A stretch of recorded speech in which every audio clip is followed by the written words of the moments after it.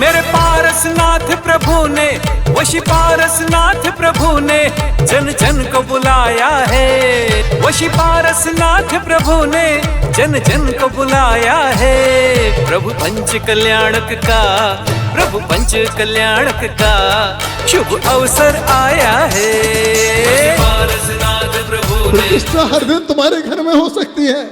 एक छोटा काम करना, यहाँ सौदर इंद्राणी यहाँ बैठे हैं, आपको 5 दिन जब स्वामी बोलते हैं, स्वामी जी को कितना अच्छा लगता है।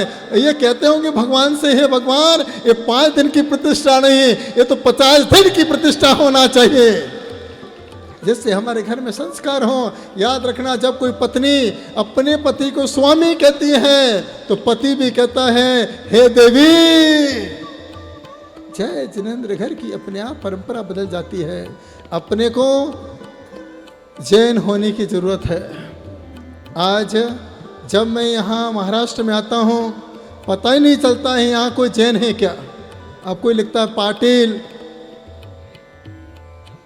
हाँ चौगुले, हाँ मखदूम, पता नहीं चलता है ये पाटिल कौन सा पाटिल है।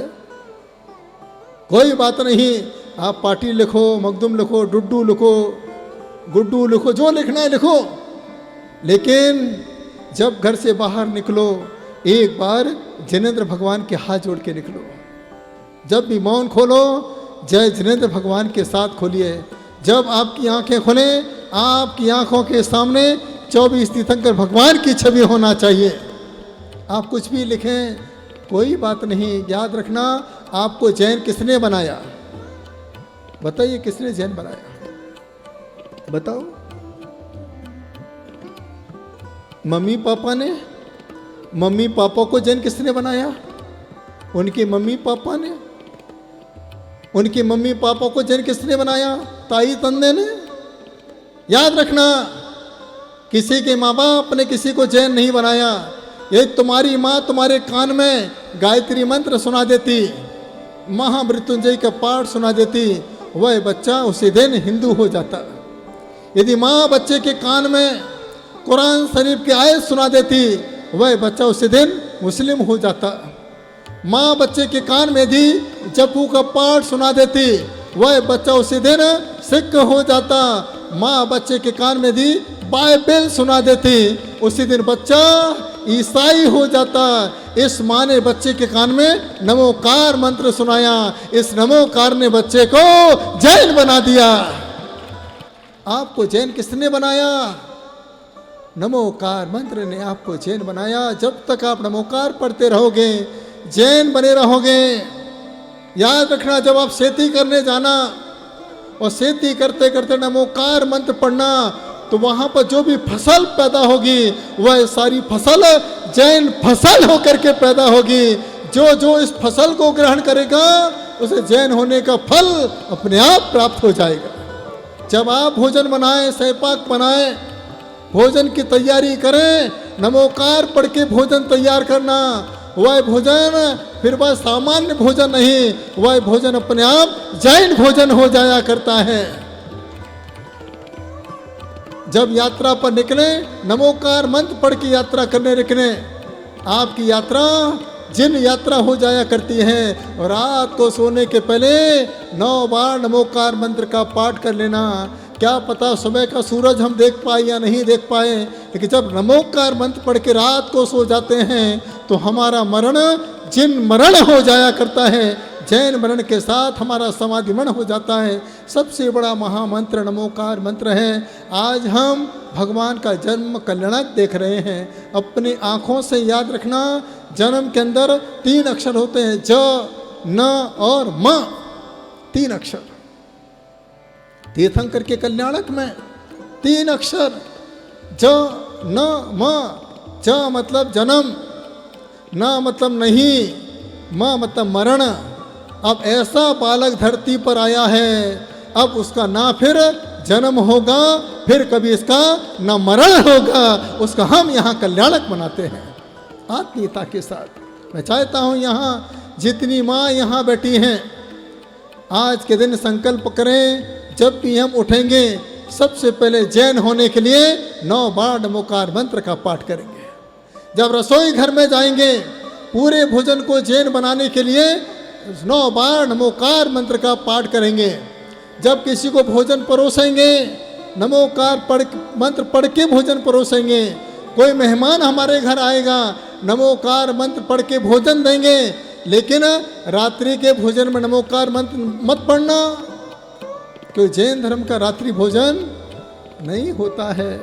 यदि आप चाहते हो स्त्री पर्याय से छुटकारा मिल जाए, कितनी महिलाएं चाहती हैं कि हे भगवान, स्त्री पर्याय अब दोबारा नहीं मिलना चाहिए। एक बार हाथ खड़े करके बताओ, स्त्री पर्याय फिर दोबारा नहीं मिलना चाहिए। इसका मतलब ये सारी स्त्रियां बहुत दुखी हैं, नहीं मिलना चाहिए। सही बात है। देखो आज क्या जीवन है तुम्हारा, सोचो। यहाँ बैठ करके हम यही तो भावना भर रहे हैं कि हे प्रभु, हे वामा देवी, आपने कितने सुंदर पार्श्वनाथ भगवान को पैदा किया। बस इतना पुण्य मुझे प्राप्त हो जाए। स्त्रीणाम सतानि सतसु जनयन्ति पुत्रान, नान्या सुतम तदुपमम जननी प्रसूता, सर्वादिशो ददति भान सहस्र रश्मिम, प्राचे विदिग् जनते स्पृदन सुजालम। तीतर जैसे बच्चों को कितनी नारियां जन्म देती, हर दिन कितने बच्चों का जन्म हुआ करता है। बहुत सौभाग्यशाली बच्चा होता है जो पूर्व दिशा की तरह जैन कुल में जन्म लेकर के अपनी आत्मा का कल्याण किया करता है। ये पूर्व दिशा की जो आज छोटी छोटी बहनें यहाँ पर बैठी हैं, कुछ बहनें अष्टकुमारी बन के बैठी हैं, सौभाग्यशाली हैं वो बेटियाँ जिन्होंने जैन कुल में जन्म लिया। हम जैन कुल में जन्मे, अभिमान करो रे। आज का पावन दिन, अपने हाथों में एक कलश होना चाहिए। जितनी बहनें यहाँ बैठी हैं, जितने पुरुष यहाँ पर बैठे हैं, एक कलश अपने हाथों से भगवान के ऊपर करना, यही भावना रख के करना। यहाँ पर पांडुक शिला की स्थापना है और आपको मालूम होगा जब सौदरमिंद्र तीर्थंकर बालक का अभिषेक करता है, एक कलश से नहीं 1008 कलशों से भगवान का अभिषेक करता है। और एक कलश कितना बड़ा होता है मालूम?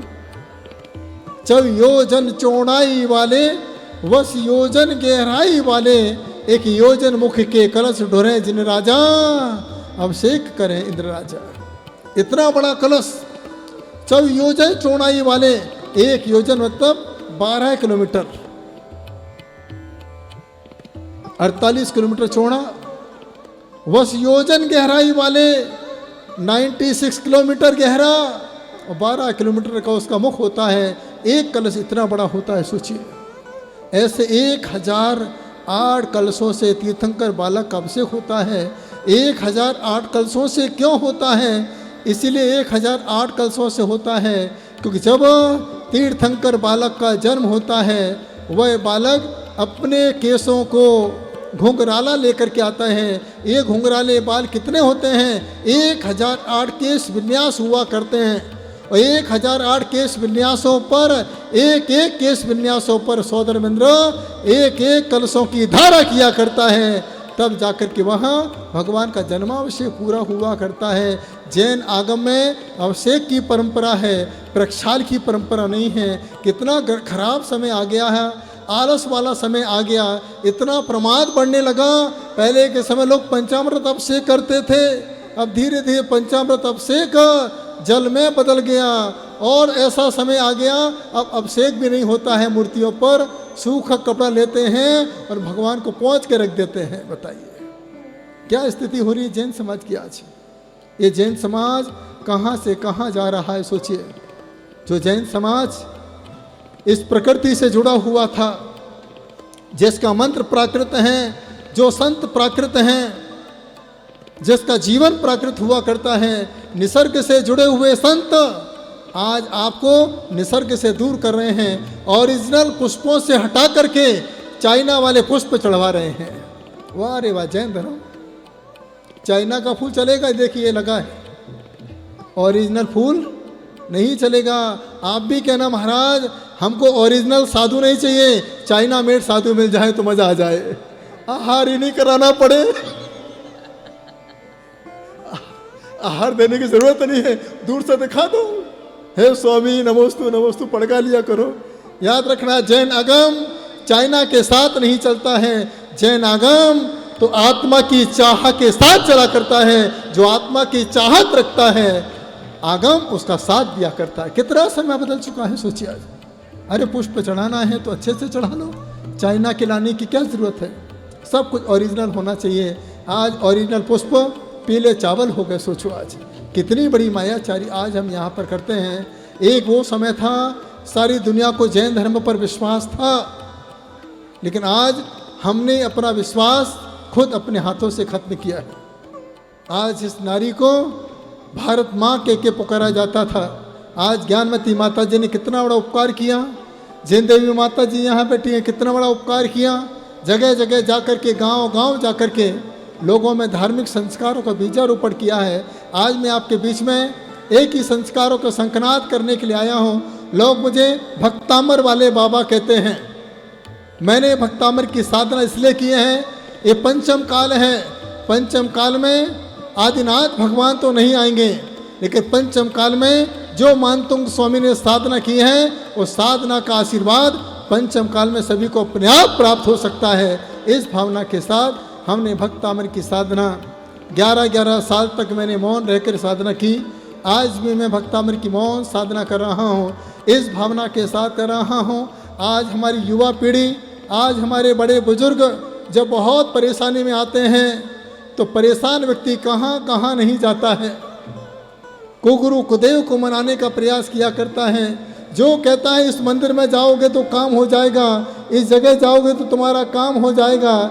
हम अपने वशी पारसनाथ को छोड़ देते हैं, हम अपने जैन आगम को छोड़ देते हैं, जैन साधु को छोड़ देते हैं, मिथ्यात्व में भटक जाते हैं। बस मैंने वही संकल्प अपना किया है कि अब हमारा जैन धर्म मिथ्यात्व की ओर नहीं जाएगा।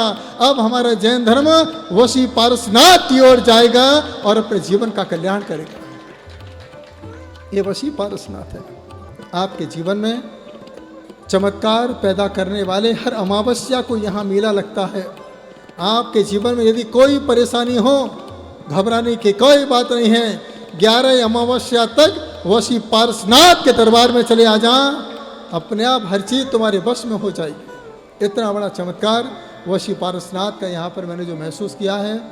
आज जन्म कलड़क है। आप अपने मन में एक ही भावना भाएं कि मैं इस जन्म को जैन कुल के साथ व्यतीत करूँगा। एक ही संकल्प करें यहाँ पर सारी बेटियाँ, यदि मुझे जैन कुल में जन्म मिला है तो मैं जब भी शादी करूँगी तो जैन कुल में ही करूँगी और किसी दूसरी जगह शादी नहीं करूँगी। यदि मेरी शादी नहीं होगी तो मैं दूसरे घर में नहीं जाऊँगी। मैं अपने हाथ में पीछे और कमंडल लेकर के अपनी आत्मा का कल्याण करूँगी। ऐसी भावना हर बहनों के अंदर होना चाहिए। मेरे जीवन में भी ऐसी घटना घटी जब मैं पूना में जॉब कर रहा था। एक कंपनी थी, फेयर डील इंपोर्ट कंपनी। मेरा जॉब लगा, पहला दिन था जॉब का, और एक मराठी लड़की मेरे से अट्रैक्ट हो गई। उस मराठी लड़की ने कहा तो चांगला मानुस आहे, चलो कल पिक्चर देखने चलते हैं जुदाई। मैंने कहा हो जाएगी भगवान से जुदाई। मैंने जैसे तैसे बहाना बनाया और तीसरे दिन उसके मन में जो था उसने कहा एक काम करते हैं जैन साहब, अपन दोनों मिलके शादी कर लेते हैं। मैं घबरा गया। आया था नौकरी करने, ये छोकरी पीछे पड़ गई। चौथे दिन मैंने कहा मैं सोच के बताता हूँ, मम्मी पापा से पूछता हूँ क्या उनकी इच्छा है। माता पिता दूर रहते थे। आंख बंद करके मैंने आदिनाथ भगवान का ध्यान किया। हे आदिनाथ भगवान, आप मुझे कहाँ फंसा रहे हो? मेरा जैन धर्म छूट जाएगा, जैन कुल छूट जाएगा, मुझे उस लड़की को सुनना पड़ेगी। हे भगवान, बस मुझे कुछ जवाब दो, मुझे क्या करना है? और मुझे उत्तर प्राप्त हो गया।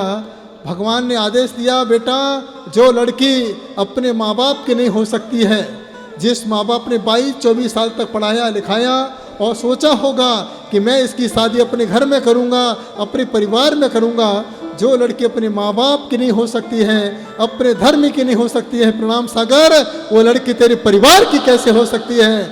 इतना सोच करके संजीव कुमार ने उस लड़की को छोड़ने के चक्कर में नौकरी छोड़ दी। और आज मैं बहुत खुश हूँ। यदि मैं शादी करता, एक परिवार के बारे में सोच पाता, एक परिवार के लिए पूरी जिंदगी निकाल देता। लेकिन मैं सौभाग्यशाली हूँ, संत बनने के बाद आज मैं पूरे जैन समाज को अपना परिवार मान करके परिवार के बारे में सोचा करता हूँ। जब कोई मेरे पास आता है तो मैं उनसे गुस्से में बात नहीं करता हूँ। जब भी कोई मेरे पास आता है मैं उससे अपना परिवार मान के बात किया करता हूँ। याद रखना, परिवार वालों से कोई गुस्सा नहीं करता है। जो परिवार को परिवार नहीं मानता है उसी को ही गुस्सा आती है, वही डांट लगाता है, वही फटकारता है, वही धूल भगाता है। इसका मतलब उसने आपको अपना परिवार नहीं माना है। आज मैं वशी पारसनाथ भी आया हूँ यहाँ के ट्रस्टियों के कहने पर, तो मैं सिर्फ आपको अपना परिवार मान करके आपके बीच में आया हूँ।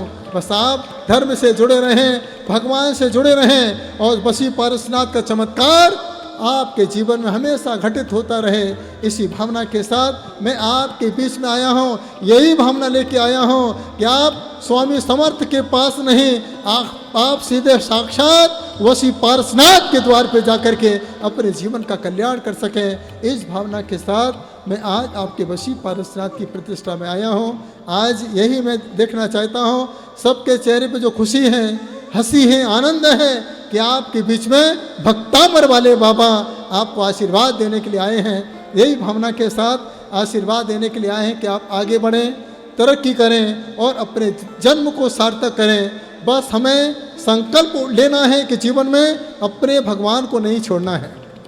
जो हमारे देवी देवता का अपमान करे, ये मान के चलना उसने हमारे तीर्थंकर भगवान का अपमान किया है।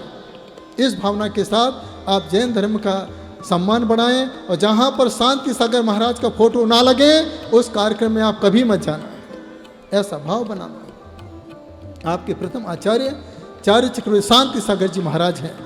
पूरी आत्मीयता के साथ आज जो कुछ भी है इस दक्षिण भारत में सब कुछ शांति सागर महाराज के प्रभाव से है। आज वो नहीं होते तो दक्षिण भारत को कोई भी याद नहीं करता। सिर्फ आज जितने भी संत बने हैं, बाहुबली आचार्य, विद्यानंद जी महाराज, जो भी आचार्य बने हैं वो सब कुछ शांति सागर महाराज के प्रभाव से बने हैं। तो जगह जगह पर हर मंदिरों में शांति सागर की एक फोटो हो और प्रातःकाल ओम ह्रूम शांति सागर गुरुवे नमः इस मंत्र का आप जाप करते रहोगे तो नियम से आपके जीवन की आप। और मैंने जो सपना देखा है, सजोया है, क्योंकि मैं तो यहाँ से आगे बिहार करके पूना आदि निकल जाऊँगा। मैं यहाँ जिन देवी माता जी सकल कीर्ति महाराज जी से कहना चाहता हूँ, एक मैंने मंदिर बनाया है पीछी का, आपने देखा होगा तुमकुर के पास, तुमकुर दिल्ली, तुमकुर के पास मंदारगिरी है। 81 फीट का मैंने पीछे मंदिर बनाया है। इसके अंदर आचार्य शांति सागर महाराज जी की मूर्ति है। इस समय शांति सागर महाराज का 100वां आचार्य पदारोहण है जो समडोली में मनाने जा रहे हैं।